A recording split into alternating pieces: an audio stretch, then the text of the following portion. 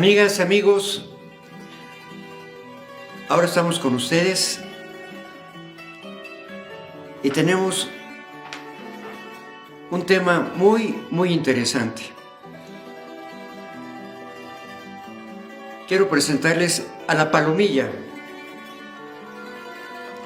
al doctor Omar Tinajero Morales, nuestro buen amigo Héctor Morales Cando y a nuestro maestro Jorge González Morales Basaldúa. Como ven, estamos muy moralistas ahora. Tenemos un tema muy importante para Tepetlaustoc, que son los chichimecas. Que me queda claro que no es una etnia pura, sino es un conjunto, y que eso nos da un gran sabor aquí a Tepetlaustoc, porque de todos, de toda la república, de toda la región, vinieron a asentarse aquí. ¿No es así, profesor? Sí, bueno, es un tema fundamental para Tepetlaustoc, porque bueno, una de nuestras líneas prehispánicas es los chichimecas, pero en este podcast vamos a hacer un panorama más amplio para ver toda esta cuestión referente a los chichimecas. Efectivamente no es específicamente un grupo étnico, sino es una nación en la cual entran diferentes grupos étnicos a conformar esta denominación, ¿no?, de chichimeca. Y va a ser un debate muy interesante. Sí, efectivamente, Philip Powell, de California, Estados Unidos, escribe un libro, La Guerra Chichimeca, y ahí nos dice que existen 7 naciones: los zacatecos, los tepecanes, los guachichiles, los pames, los guamares, los caxcanes y los tecuejes, que de todas estas etnias, parcialidades o naciones, se supone que la que llega al Valle de México son los pames o los otopames, así nombrados. Llegan al Valle de México y se aculturizan. Sin embargo, la nación chichimeca sigue en Aridoamérica, sigue hasta aproximadamente 1560. 1560 es la guerra, hasta 1600. Hasta 1600, que es cuando negocian con los virreyes. Y solo de esa manera, respetándoles sus usos, costumbres, religión, es como logran pacificarlos, por medio de negociaciones, porque eran muy belicosos, muy belicosos. Entonces es todo un universo. Los chichimecas no se vaya a pensar que son de Texcoco o de Tepetlaustoc. De ahí pues hay muchas controversias. Por ejemplo, alguna de las controversias es la procedencia de los chichimecas que llegan aquí al valle. Bueno, lo que es cierto es que vienen del Chicomostoc, pero muchos ubican el Chicomostoc en Zacatecas, en La Quemada. Algunos otros autores en Guanajuato, y algunos otros, así como que con una idea ya más descabellada, en Chiconautla, en Ecatepec. Entonces, sin embargo, bueno, esas son las fuentes que tenemos. Nosotros obviamente respetamos a los escritores. Cada quien tendrá sus razones para opinar de esa manera, para escribir esto. Y yo creo que lo más real es que vengan de Zacatecas, Héctor. De Zacatecas, propiamente Zacatecas, el tema del Jalisco también.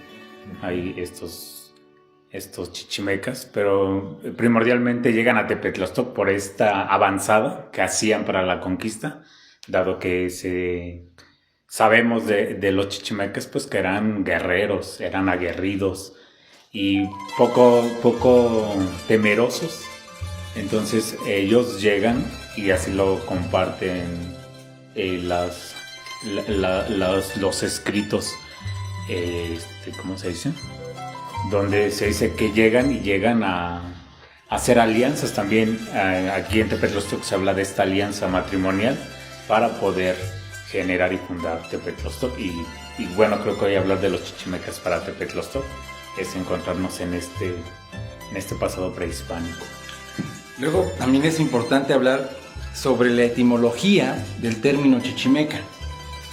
Hay varias hipótesis y eso creo que también es importante decirle a nuestro auditorio. En tema prehispánico se tiene que manejar mucho a nivel de hipótesis, porque, bueno, simplemente, por ejemplo, aquí en Tepetlostok no se ha hecho una excavación arqueológica para una liberación, por ejemplo, de una zona arqueológica. Entonces, cuando se haga eso, pues eso nos va a aumentar nuestro conocimiento histórico y obviamente eso va a ampliar nuestra visión y muchos datos que a lo mejor incluso ahorita no sabemos. Pero regresando, bueno, el término chichimeca, hay algunos autores que dicen que viene de chichi, que es perro, y de mecatl, que es cordel o mecate. Entonces podría ser los del linaje de perro. O sea, en el México prehispánico una de las ideas era esta idea del tótem. El tótem es ese animal del cual se cree que se procede, de ese animal originario. Y entonces los chichimecas en cierta manera tendrían como tótem al perro. Pero hay otras versiones. Sí, bueno, aquí leyendo un poco algunos autores, por ejemplo Torquemada dice que chichimeca viene del término chichi, que es el seno. El seno materno. Y que entonces chichi quiere decir mamar. ¿Sí? Y que les decían los mamones. Sí. Sin embargo, Boturini dice que el término viene de chichic. La diferencia es una letra. Y que chichic es amargo. Y eso habla del carácter de los chichimecas, belicoso. Y entonces pues yo no tengo la culpa, soy descendiente de chichimecas de la Asunción. Sí. Sí, me queda y ese claro es el carácter. Que no es una etnia pura, como vemos, estamos hablando de Zacatecas, estamos hablando también del norte, ¿verdad? Pero aquí lo maravilloso es que eran nómadas, era un pueblo guerrero, recolector, etcétera, pero vienen a asentarse aquí, ¿verdad? Y ese es el tema de lo importante que es Tepetlostok, en un momento dado, que ese conjunto de diferentes pueblos, razas, estamos hablando, como lo dijo Jorge, ¿no? De varias nominaciones y que vienen a hacer por primera vez a sentarse en estos lugares. Eso nos da todavía un valor adicional a Tepetlostok. Sí, y hay otra cosa, por ejemplo, los grupos sedentarios en general le decían chichimecas a todos los grupos nómadas, ¿sí? Independientemente de su etnia. Y aquí hay un tema interesante que estaba comentando Jorge sobre la comparación incluso a nivel universal, ¿no? Sí, bueno, me refería a los escritores. Hay muchos escritores que se han dedicado a estudiar a la etnia. Es muy interesante, a pesar de que fueron salvajes. Muchas veces cuando se habla del México prehispánico, de inmediato se remiten a la cultura madre, a los olmecas, de ahí pasan a los aztecas, bueno, antes de los aztecas los mayas, los aztecas, pero no, hay muchísimas etnias, muchas. Y si quisiéramos comparar las etnias en lo geográfico, pues los chichimecas serían la nación más grande, todo Aridoamérica. Ya desde Querétaro hay chichimecas, hasta Estados Unidos. Muchos presumen que una parte de los pieles rojas eran de origen chichimeca. Entonces es enorme, enorme. Y bueno, pues en cuanto a los escritores, Fernando de Alba Iztlizóchitl dice que él es descendiente de chichimecas y habla de conceptos muy favorables para la etnia. Miguel León Portilla habla más de la nación chichimeca del norte, las naciones chichimecas del norte. Y María Castañeda de la Paz escribe un libro de carácter universal que se llama Procesos de Cambio, y sus referentes son universales. Tinajero habla de Grecia, de Roma, de Constantinopla, de los bárbaros que llegaron a esos reinos, a esos imperios. Y de ahí, bueno, ya hablando de los chichimecas del Valle de México, hay un libro de Maribel Aguilar que se llama Los Chichimecas. Ella es muy bondadosa, dice que los chichimecas no eran tan bravos, que no vivían en cuevas, que sabían hacer casas, que eran amables, como dijo Jorge Pedro de mí. Okay. Sí. Amistoso, simpático. Amistoso y simpático, sí. Como ven, tenemos Y aquí- habla mucho de las mujeres, que eso quiero que sea un tema también que se toque, de las mujeres. Las mujeres tenían una función primordial por los casamientos, para conservar los linajes y las alianzas. Eso es muy importante.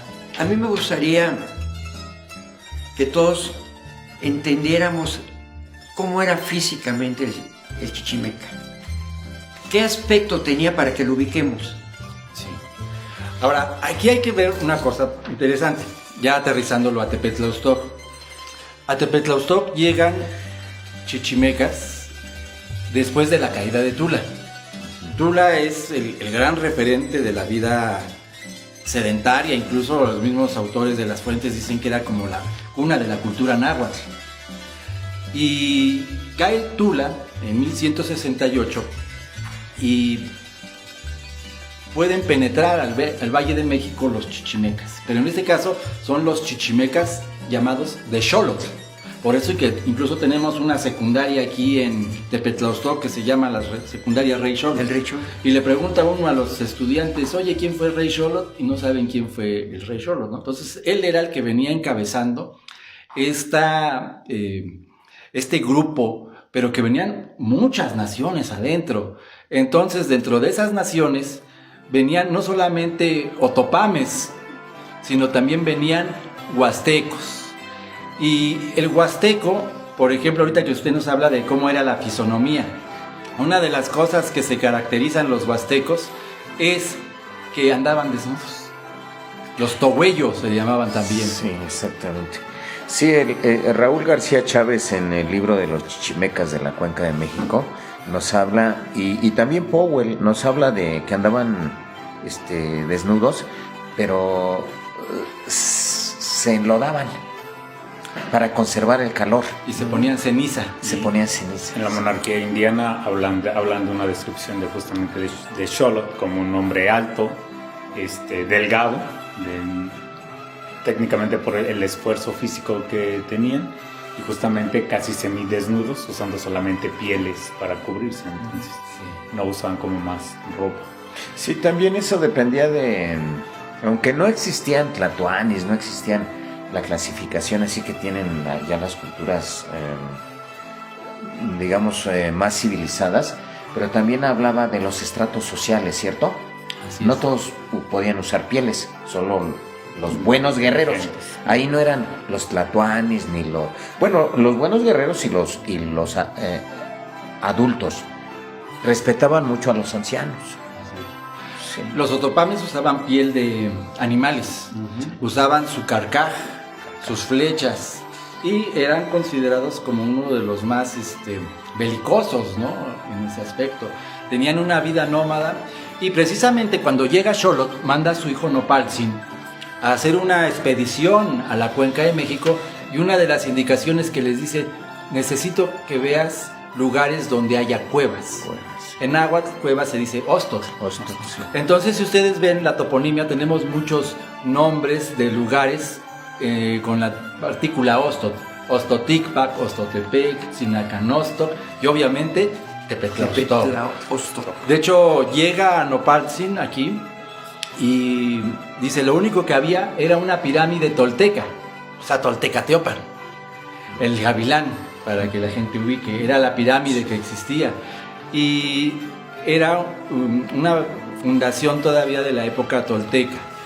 Y llegan y encuentran aquí los cerros y ven todo lo que es el Patlachique y ven que hay cuevas. Y entonces encuentran el cerro el Tepetlaustoc, y entonces por eso es que se le da el nombre de Tepetlaustoc. Sí, por ahí, consultando algunas fuentes, te consulté, Tinajero, y en alguno de los libros mencionas 34 cerros. Ajá. de toda la sierra, empezando por Patlachica y terminando en Tlamacas, en San Juan Totolapa. 34 cerros. Entonces, qué cantidad de cuevas. La otra cuestión es de que yo creo que muy cierto, ¿no? Porque Chicomostoc, en su significado, viene de Chicome, 7, y Ostoc, cueva. Ajá. Lugar de las 7 cuevas. Entonces, desde ahí está el referente. Así es. Entonces, la cueva viene siendo un lugar, desde el punto de vista simbólico, de creación de los pueblos, de nacimiento de los pueblos. Entonces, de hecho, por eso es que el glifo de Tepetlaustoc tiene al Tlaltecutli, que es el señor de la tierra, que a la vez se vincula con el Mictlantecutli, que es el señor del inframundo, ¿no? Esa idea de tierra y a la vez la profundidad, el Mictlantecutli. Vida, muerte. Entonces, es una cuestión muy, muy profunda. Ahora, entonces lo que sí quiero que quede muy claro es que había 2 líneas. La línea Otopame, que hablaban otomí, y la línea Huasteca. Y de hecho nosotros aquí en Tepetlaustoc, por eso tuvimos un señor que se llamó Tohuello, que quiere decir huasteco, pero también llamado por Xochitl Yacanex, el de nariz cenicienta, porque precisamente los huastecos se pintaban. Sí. Y simplemente la referencia es que la esposa de Xolotl, Tomillau, era huasteca. Entonces, o sea, era el linaje, el emparentamiento. Así, entonces se entroncan 2 linajes. Y hay que ver que los huastecos eran de filiación maya. Sí. Eran de filiación maya. Y mientras que la otra línea era de filiación otopano. Entonces el Tepetlaustoc prehispánico, en el inicio del señorío chichimeca, era de entrada pluricultural. O sea, se hablaba otomí, se hablaba pame, se hablaba huasteco. Y eso creo que es bien importante subrayarlo. Originalmente no se hablaba náhuatl. El náhuatl, ¿por qué? Porque el náhuatl se hablaba en las regiones toltecas. Sí, bueno, eso ya en los comentarios posteriores vamos a comentar que es una imposición de Quinantzin. Y de que, por ejemplo, en Tepetlaustoc a veces se conoce más de Quinantzin que de un buen gobernante de aquí, como Cocopin. Así es. Pero bueno, eso lo vemos más adelante. El asunto que sí quería como dejar claro, Héctor, es los periodos. Por ejemplo, lo de la cuestión de que se menciona que aquí hubo una aldea en el 800 antes de Cristo al 200 después de Cristo. Entonces manejamos eso como el preclásico superior. Es correcto. De ahí, bueno, estas aldeas tenían relaciones culturales con Teotihuacán, que Teotihuacán ya es el clásico. Y cuando los chichimecas arriban a la cuenca del Valle, es el posclásico, 1183. Ajá. Sí, Héctor, o sea, sí. Eso es lo que más o menos tenemos como referencia. Ahora, ya cuando llegan aquí después de Nopaltzin, que investiga cuevas y todo eso, se hace la fundación. ¿Te acuerdas de los fundadores? Bueno, es güey Tonatiuh y güey Cocotostli son fundadores, y que bueno, justamente ellos traen en este armamento, traen el carcac, las flechas, sus arcos, y como esta característica de que se habla de los chichimecas, ¿no? Que eran grandes cazadores. Entonces traen esos elementos simbólicos. Sí. Y el año que es 1183 es el más aproximado, porque no puede ser antes de 1168 porque todavía existía Tula. Y si fuera antes de la creación de Tula, igual también no coincidiría, porque la cantidad de reyes que hubo, pues tendrían que haber vivido 200, 300 años, lo cual resultaría pues imposible. Entonces, la fecha, en cierta manera, que coincide con el Códice Xolotl, que coincide en cierta manera con lo que plantea Ixtlilxóchitl, es precisamente el año de 1183. De hecho, Ixtlilxóchitl y el Códice Xolotl no solamente mencionan a los 2 grandes caudillos, sino mencionan a Seti, precisamente hablando de esta pluriculturalidad. Y Xolotl los manda acá porque dicen eran los más belicosos. Y a la vez, ya desde un principio, Tepetlaustoc no solamente fue esa parte de lo que viene siendo la Sierra del Patlachique, sino que tenía ciertos señoríos fuera de aquí. Bueno, ya en la época de Cocopin, sabemos que en su reinado recibía tributo de varios pueblos. ¿Sí? Lo de Cocopin me impresiona. ¿Cocopin fue hijo de Tlilpotonki? No. de Tochipay. De Ajá, Tochipay. y de hecho, pues a mí, para decirles a nuestros amigos de la Palomilla, próximamente vamos a tener un programa especial de Cocopin. De Cocopin, porque creo que vale la pena de que tenga un programa especial, porque por ejemplo, ahorita estamos transmitiendo desde la calle de Quinantzin, ¿no? Que fue el que le ganó a Tepetlaustoc, y no hay una calle que se llame Cocopin, por ejemplo, ¿no? Entonces ahí tenemos una deuda pendiente con Cocopin y yo creo que valdría la pena hablar de Cocopin en un programa. Pues sí, y a lo mejor es conveniente comentar sobre la escultura, Marcelo. Sí, la verdad, yo creo que como dice el profesor Tinajero, todo lo que es referente a Cocopin, que ya ese es el asentamiento, que dejan de ser nómadas, y hablar realmente de la fundación de Tepetlaustoc, ¿verdad? Sí. Pero sí me gustaría un poquito más abundar en cuanto al personaje que era el chichimeca, sus costumbres. A mí me llama mucho la atención que en el norte existía la poligamia. En esta zona, aquí en el sur, era la monogamia. Y a pesar de su salvajismo, a pesar de su, digamos, poca cultura, eran moralistas. ¿Por qué moralistas? Porque al ser monógamos, respetaban mucho a la mujer y respetaban mucho a la pareja. Y el que o la que era infiel era condenado a morir a flechazos, a la pareja, ¿verdad? Entonces existía un respeto moralista, que me llama mucho la atención, porque siendo pueblos que tenían poca comunicación, porque no nos consta que tuvieran un lenguaje, digamos que poca cultura, porque también tenemos muy pocos vestigios de su artesanía, de sus pinturas. ¿Qué arte tenían? ¿Algo nos pueden platicar de qué arte tenían? Sí, pues realmente los montículos que dejaron, que yo creo que eso lo abordamos al final, es la zona arqueológica de Chimalpa. Es un templo dedicado a Ejecatl, Quetzalcóatl. También había algunos vestigios en el Techachal, que ahora con la construcción del aeropuerto se destruyeron totalmente. Lo demás es algo mínimo. Por ejemplo, comentábamos lo de Coatepuztla, Héctor, que en Coatepuztla no encontramos así como una pirámide ni nada. Sin embargo, hay mucha cerámica, ¿cierto? Bueno, como cerámica, y yo lo que pude investigar es que retoman de la parte teotihuacana ciertos piezas de barro, pero no tan refinadas, sino simplemente como cosas que les interesaban, y ellos en este contexto no eran naturalistas en el tema de amar la naturaleza, pero había ciertos significados que encontraron en esas piezas.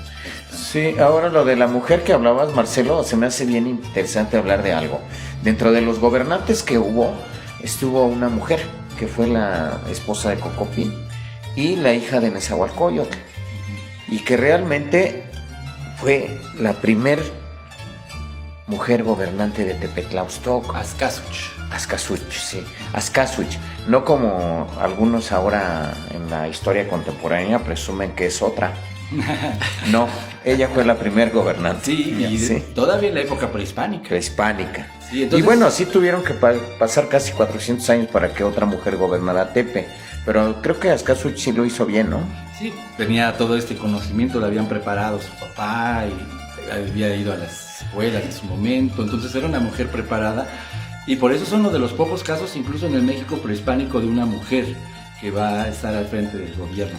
Ahora, regresando a la cuestión del arte, una de las cosas que hacen mucho énfasis los autores que han estudiado a los chichimecas, en especial a los chichimecas de Tepetlaustoc, es el manejo del arte plumario.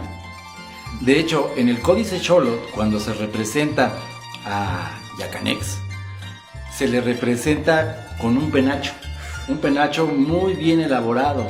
Entonces decían que esa era una de sus artes más desarrolladas. Y ya ven que en México prehispánico le daban mucha importancia al arte plumario. Entonces esta era una de sus ahora sí que de sus manifestaciones culturales, artísticas. Y luego, ahorita que hablabas de la naturaleza, pues los chichimecas, sus dioses eran el sol, la luna, o sea, eran dioses que estaban relacionados con lo que ahora llamaríamos el medio ambiente, la ecología, ¿no? Entonces estaban muy aproximados con la naturaleza.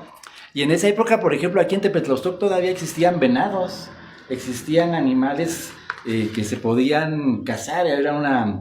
Cuando ve uno el mapa del Códice Kingsburg, ve uno un Tepetlauztoc boscoso, ve uno con una gran variedad de plantas, de árboles, de fauna, ¿no? A diferencia del Tepetlauztoc actual, que ya es semidesértico, ¿no?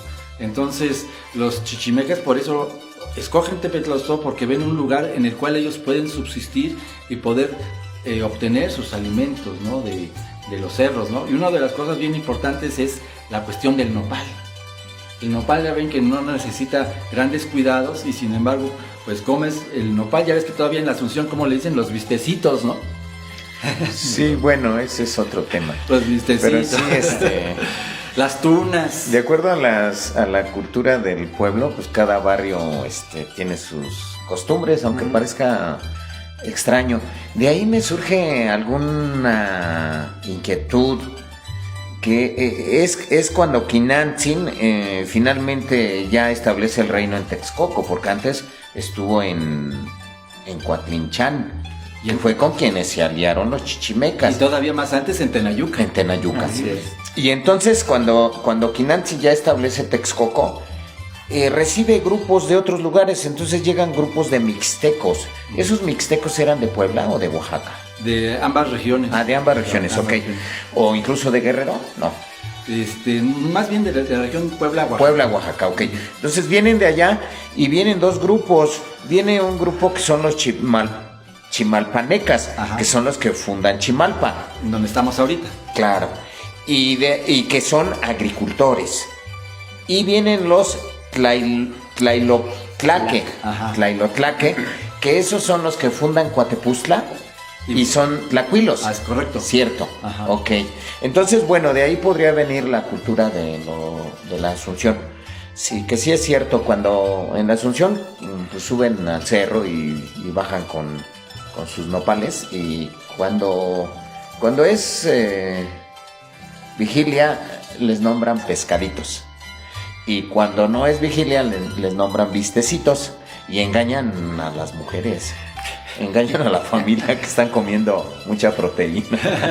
Bueno, pero son vegetarianos. Vegetarianos. Sí, correcto. Son vegetarianos, y aparte digo, no olvidemos esto que comenta bien nuestro tinajero, que justamente se habla de que había venado, pero recordemos que siempre ha existido la liebre, había gallina de monte, o sea, sí había especies para alimentar, ¿no? Tener esa proteína, y hoy yo creo que al abuso y extinción de estos mismos, bueno, pues hoy solamente el que subsiste es el nopal, con sus tunas. Y que también en el nopal servía para... Bueno, aquí ya teníamos la defensa del maguey, pero por ejemplo en el norte del nopal o de las palmas sacaban isle y lo ocupaban para unir cosas.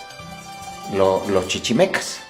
Era algo, pues, un material muy, muy importante para ellos. Sí. La tuna. Volviendo un poquito a la alimentación, por decirlo así, y del venado, acuérdense que tenemos un río que pasa por Tepetlauztoc, el río Papalotla.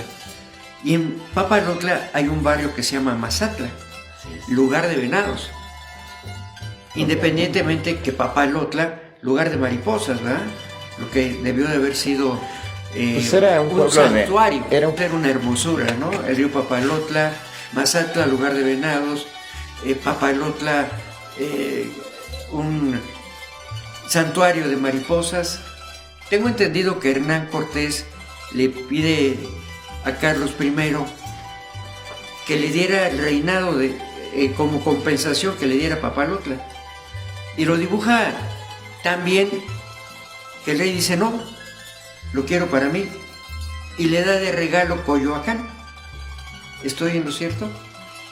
Parte, sí, Entonces, para que vean la riqueza que teníamos, la riqueza natural. Sí, y bueno, Marcelo ya se está extranjerizando. Pero recordemos que Papalotla era parte de Tepetlaustok. Claro, Entonces sí. por eso se vale la referencia. Si no, habría una reprobación. Lo estoy tomando Sí. como tal, ¿no? Sí, Es claro. parte de... Sí, para los que son muy nacionalistas, hacemos la aclaración. Sí, porque bueno, hay que recordar que cuando se funda Tepetlaustok en el siglo XII, Tepetlaustok era toda esta franja Sí. que colinda con el Patlachique, hasta llegar hasta Totolcingo. Sí. Entonces por eso Chiconcuá, Papalotla, Chiautla, Chipiltepec, ¿cuál? Aparecen en esta... Aparecen en el códice. Entonces nosotros teníamos una amplitud todavía más de territorios y de por sí nuestro municipio es muy grande. Ahora en esa época todavía era más grande y además tenía lugares que estaban fuera de la región. Por ejemplo, el códice Xolotl y Iztlizochitl dicen que incluso Tepozotlán en esta parte, en este momento histórico, pertenecía a Tepetlaustok. Entonces imagínense la fuerza que tenía. Pero el otrora señorío y poderoso de Tepetlaustok cae por dos cuestiones: los procesos de aculturación y la guerra chichimeca. Y la guerra chichimeca. Y bueno, de ahí, viene, yo creo que desde ese momento que se funda el pueblo, viene la formación del carácter del tepetlaustoquense. Muchas veces se juzga al tepetlaustoquense por dejado, por apático. Creo que desde ese momento, desde el momento en que Quinantzin viene e impone desde la lengua, porque lo que se hablaba era el otomí, El otomí y el huasteco. Sí. Y él impone el náhuatl, impone pagarle tributo a Huetzin de Coatlinchan, porque Yacanex desgraciadamente se enamora de Atotostli, la hija del señor de Culhuacán, y entonces no solamente no le da a la hija a Yacanex, sino que le impone tributo que le pague a Coatlinchan. De ahí es donde en 1272 Yacanex desconoce a Huetzin y hace la Chichimecayacotl, que se lleva a cabo en los llanos de Chiautla.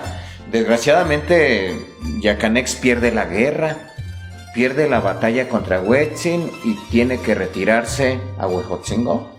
Así es. Con sus familiares a morir, porque él se negaba a civilizarse, él quería seguir con sus costumbres. Entonces ahí surge una división generacional. Estaba por una parte los que querían aculturizarse, ser agricultores. Lo de las cercas es un ejemplo. Que nos reprueban en agricultura. Claro. Y entonces eso es un ejemplo, pues, de que existía esa división generacional. Los viejos querían el orden tradicional y los jóvenes querían el cambio por su orden social. ¿Sí? Y entonces es cierto, eso debilita al reinado, debilita a Tepetlaustok en lugar de engrandecerlo. Así es, y empieza la decadencia. Y son esas cosas que hemos ido estudiando, cómo Tepetlaustok ha luchado por seguir adelante, por poder no perder esa historia, ¿no? Porque pudo haber desaparecido, porque no solamente fue la conquista de los españoles, sino todo este proceso de aculturación y que lleva esta guerra chichimeca que duró alrededor de unos 20 años, obligan a que dejen su cultura chichimeca, a que dejen la lengua otopame y la lengua huasteca, y se impone, como dices, el náhuatl. Y de una manera no en términos amistosos, en términos bélicos. Y entonces Tepetlaustok pudo incluso haber desaparecido, porque pues sus gobernantes tenían que andar por otras partes, y solamente hasta la época precisamente de Cocopin es cuando se va a ver cierta afinidad con los grupos sedentarios. Pero los chichimecas lucharon por su identidad, por su cultura, por su forma de vida, y ellos pues reciben en cierta manera este embate, ¿no?, de los grupos sedentarios, ¿no? Entonces es un momento duro, así como en la revolución, ya ves que casi lloras, ¿no? Porque estuvo a punto de desaparecer. Son los procesos que han pretendido desaparecer al pueblo. Desde ese momento, de la época prehispánica, después los encomenderos con mi ídolo Gonzalo de Salazar, que nada más mata 30,000 indios, Sí, nada conjuntamente con Betanzos, ¿eh? Sí, y que sigue paseando por las calles de Tepetlastoc. Sí, y a Betanzos le sigues haciendo homenajes. Y entonces, junto con eso, la época prehispánica, y después ya vienen los bandidos de Río Frío, que ellos vinieron a imponer todo su actividad que hacían, al extremo de crear a los valentones de Tepetlastoc. Así es. Después de eso viene la revolución y bueno, el pueblo resiste. ¿Será que tiene sangre chichimeca? Precisamente yo creo que es lo que nos ayuda, ¿no?, a resistir. De hecho, podríamos ser el pueblo que se ha negado a morir. Se han negado a Exactamente. morir. Y que aparte este conflicto con Coatlinchan genera esa parte divisional igual en el Acolhuacan, porque era el Acolhuacan o esta parte, la Catlali. Catlal con el Acolhuacan. Pues ahí se fractura, ¿no? Porque Ajá. es muy importante Sí. ese conflicto. Y que los de Coatlinchan recuerdan no bien a los de Tepetlastoc. No, nada menos hay un padre aquí que está y que nos comentaba que me escuchó narrar el conflicto y que se fue. Porque era de Coatlinchan, ¿no? Sí, Dice mejor. pero bueno, eso es anecdótico. Yo creo que aquí hay algo importante. Tendríamos que señalar cómo los chichimecas se aculturizan, se toltequizan, y cómo en ese momento nace el reino Acolhuac. Exactamente. Hay un códice texcocano que se llama el Mapatlotzin. Y en el Mapatlotzin muestra cómo se va dando el proceso de aculturación. Y se daba dando a partir de las familias. Se casaba, por ejemplo, un chichimeca y una tolteca. Y entonces empezaban ahora sí que a compartir cultura y se empezaba lo que llaman los antropólogos a hibridizar. Entonces de repente ya el chichimeca veía que, oye, pues tomar atole sabe sabroso, la comida si la ponemos al fuego sabe más rica y es más fácil comerla. Y entonces todo eso los chichimecas empiezan a ver que tiene beneficios también la cultura sedentaria, que era representada por los toltecas, y entonces empieza muchos pues a irse más a ese tipo de cultura. Pero siempre, ya ven que Tepetlastoc siempre ha tenido esa parte chichimeca de reacción, de no querer cambiar.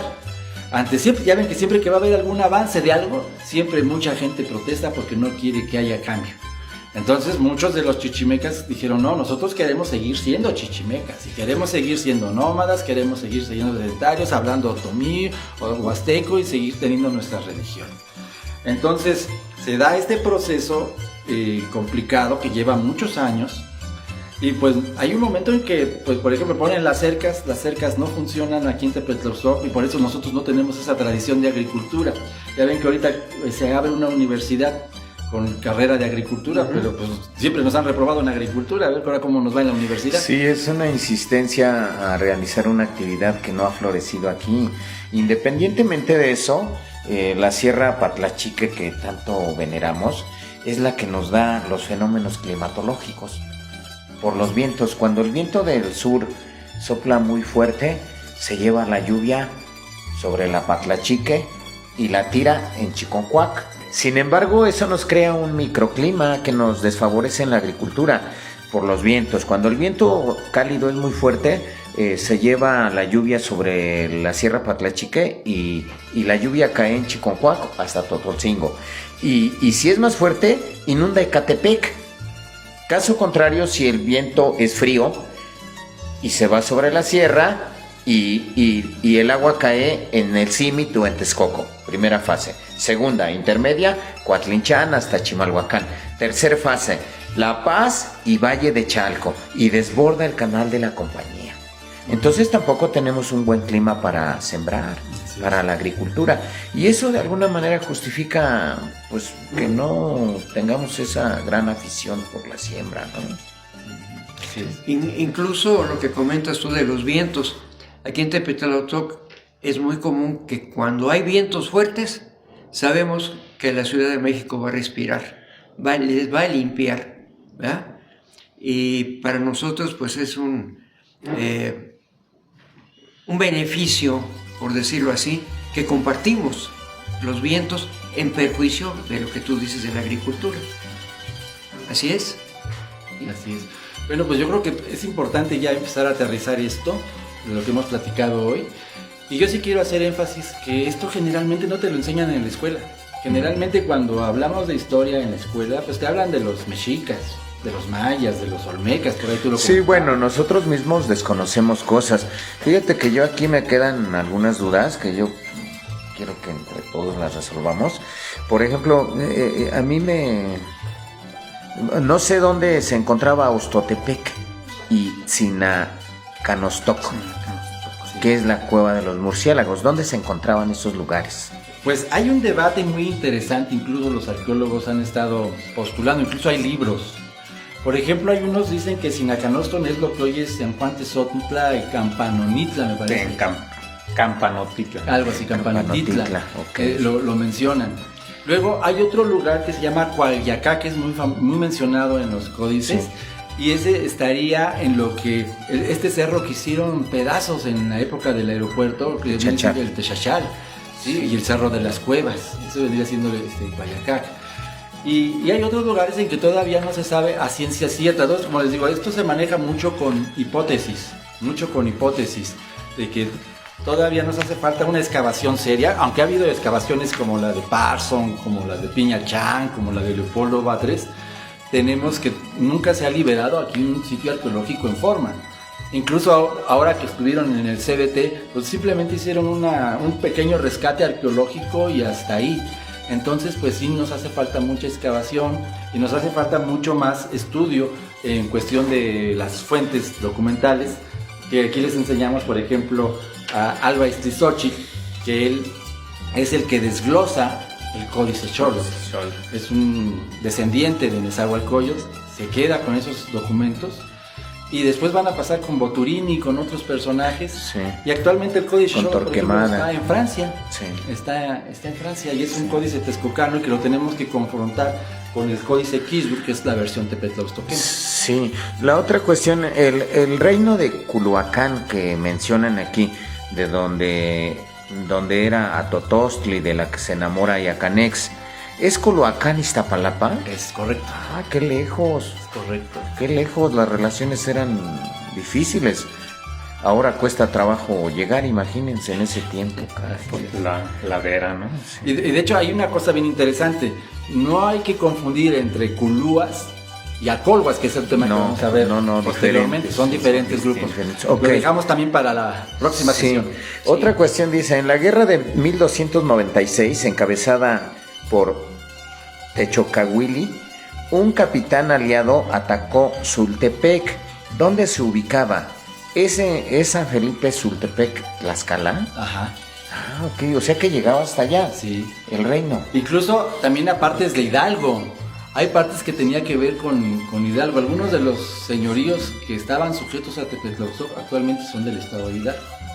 Sí, bueno, lo de Cocopin ya comentamos que vamos a tener un podcast especial para él, porque sí es importante hablar de su reinado y cómo se emparenta con Nezahualcóyotl y cómo, bueno, hace florecer ya la civilización ya como tal, ya como Acolhua, ya sería otro tema, ya no es chichimeca, sí. Sí. Ahora, también ahí entraría lo de Tlilpotonqui, ¿verdad? También, ya no es chichimeca, ok. Sí, entonces esos eran como que algunas de las dudas que me surgieron con esta cuestión.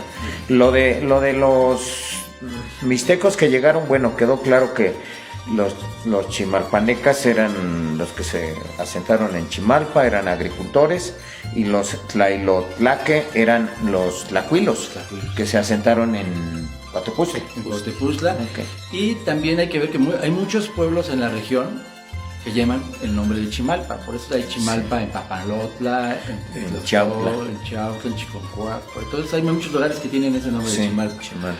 Igual Tlailotlaque. Por ejemplo, Santa María Tlailotlaque en Chiconcuac. Ese es su apellido. Santa María Tlailotlaque. En náhuatl. Luego, por eso es que también en Chiconcuac los Tlailotlaques les traen toda esta idea del tejido. Sí, a partir de los tlacuilos. Y precisamente los chimalpanecas y los tlailotlaques lo que buscan es aculturar, enseñarles Él los hacer códices, enseñarles la agricultura, el arte textil, etc. Y que hay, por ejemplo, en el tema del barro, es cuando viene este tema de poder pintar, plasmar mejor las vasijas, porque hay en este periodo anterior, Ajá. donde son como un poco más rústicas, y posteriormente esta fusión genera algunos tipos de instrumentos de barro, ya con un toque Sí, más. pues sí, sin duda todo eso habla de la adquisición de cultura, o sea, del cambio de la cultura chichimeca, los acolhuas, porque algunos autores mencionan que en el norte no fabricaban la cerámica, la intercambiaban con otras culturas. O sea, hasta ese extremo llegaba su negación al cambio. Así es. Ellos eran cazadores, eran nómadas, no eran fabricantes de cerámica ni agricultores. Así era. Entonces el proceso de aculturación en esta zona, en la cuenca del Valle de México, pues ha de haber sido una guerra terrible, ¿no? Incluso entre familias, ¿no? Como ahora con los partidos políticos, ¿no? Igual los tlailotlaques Que empiezan algunos con- son del Verde Ecologista, otros son del PAN, otros del Morena. Igual los tlailotlaques empiezan con todo este proceso de la grana cochinilla. Dicen, pues aquí hay nopal, ya ven que en el nopal se va generando la grana cochinilla, y ellos necesitaban la grana cochinilla para cuestiones de la ropa, de la cerámica. No, incluso para tatuarse, porque ellos se pintaban. Ah, exactamente. Y dicen que con los dientes de ratón se rasgaban la piel para que la pintura entrara a la piel. Una de las características de los chichimecas era el cabello largo y pintarse, y más en las guerras, Sí. de color rojo. Sí, bueno, y de las costumbres que hablan así de lo de las guerras, dicen que eran sanguinarios, que les cortaban el cuero cabelludo y que se comían a los enemigos, que practicaban el canibalismo, se tomaban su sangre. Entonces eso habla del salvajismo. Sí, y bueno, vuelvo a decir, ha de haber sido un proceso dificilísimo para aculturarse. Se dice, pero no hay nada que conste, porque no eran cultos, no tenían una escritura, entonces todo se fue perdiendo. ¿Ah? Y luego, una de las cuestiones es que los chichimecas tenían la costumbre funeraria de incinerar. Sí. Exactamente. Entonces, a diferencia de otras culturas que tenían estos grandes entierros, ahí es donde no existió. Incineraban y hacían pequeñas figuras que se depositaban con las cenizas.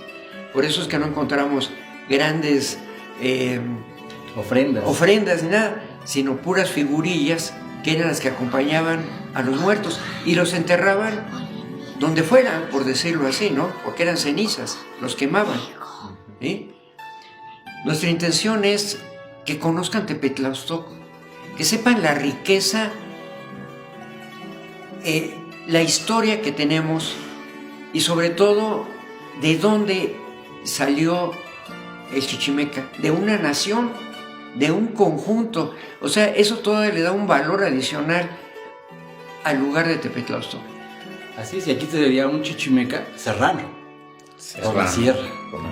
Entonces ahí vienen los orígenes. Entonces Tepetlauztoc, actualmente, aunque ya fueron muchos siglos de los chichimecas, todavía tenemos en nuestra Rasgos. forma de ver, de nuestros enfoques, de nuestra cultura, mucho de los chichimecas.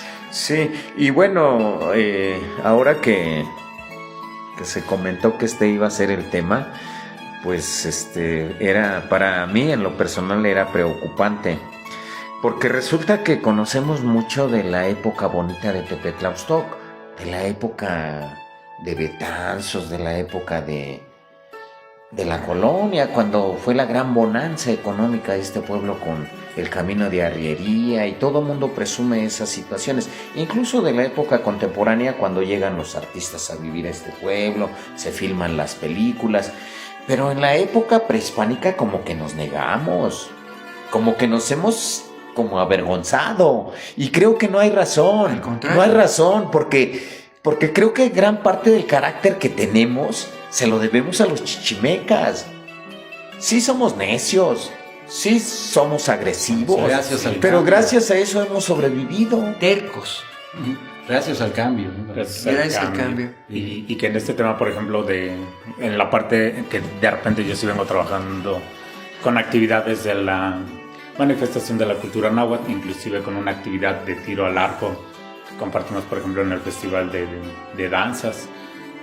Con este acercamiento, más que porque de repente me ven a mí con el atuendo, porque se usa una tilma, se usó cacles, y de repente me decían, bueno, ¿y tú por qué usas ese vestuario?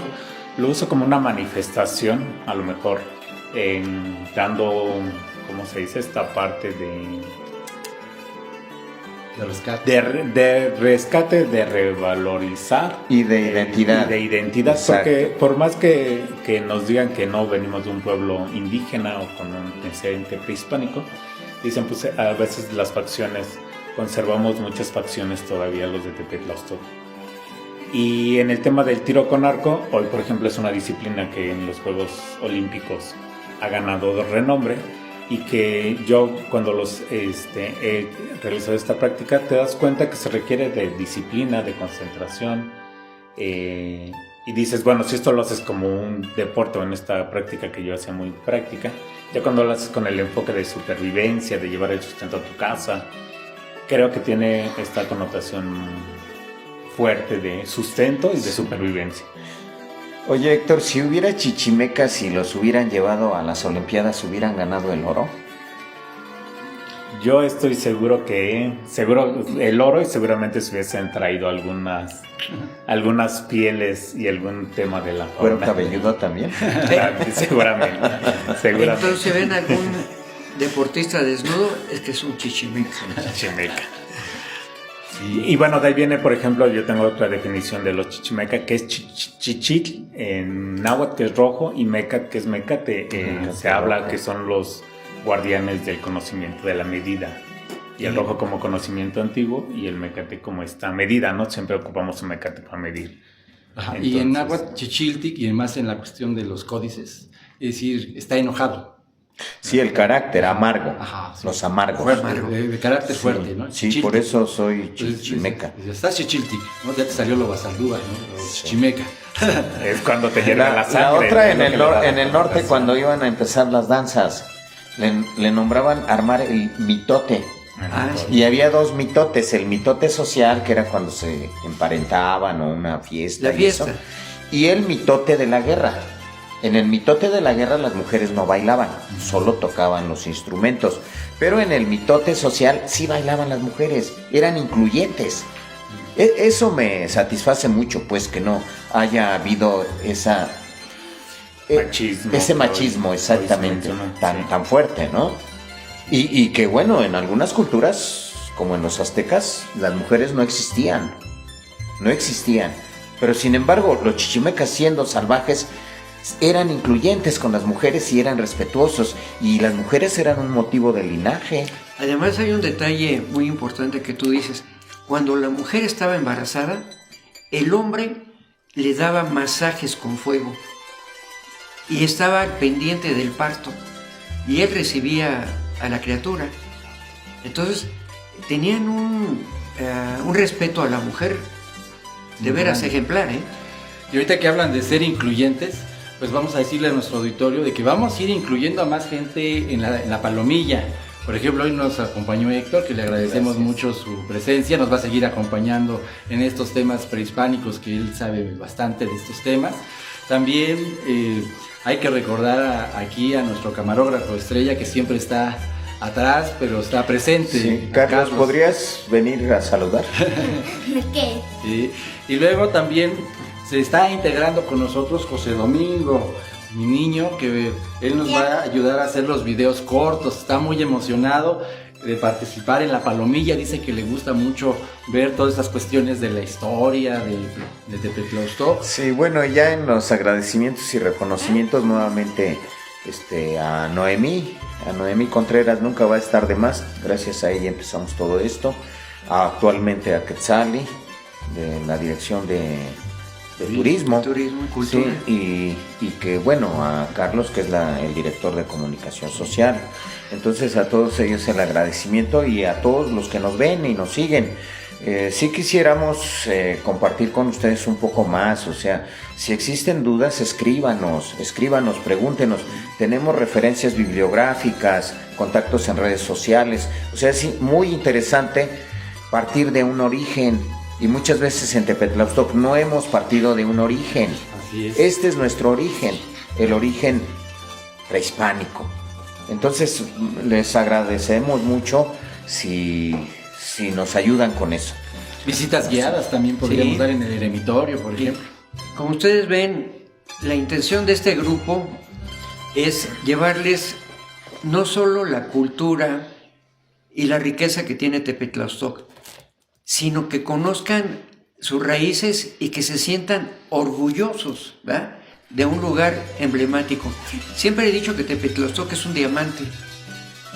Necesitamos gente como ustedes para pulir este diamante y que la gente lo conozca, porque realmente tenemos un municipio precioso, con muchos valores. Y agradecerle de una forma muy especial al licenciado Ismael Olivares Vázquez, que no solo nos ha apoyado, sino nos obliga, por decirlo así, a que podamos seguir con ustedes llevándoles este mensaje. Vengan a Tepetlaustoc, compartan con nosotros este gusto que tenemos. Sitio de interés nacional. Así es, sitio de interés nacional. Pues muchas gracias y en la próxima. Gracias. Gracias. Tepetlaustoc, pueblo con perspectiva de crecimiento.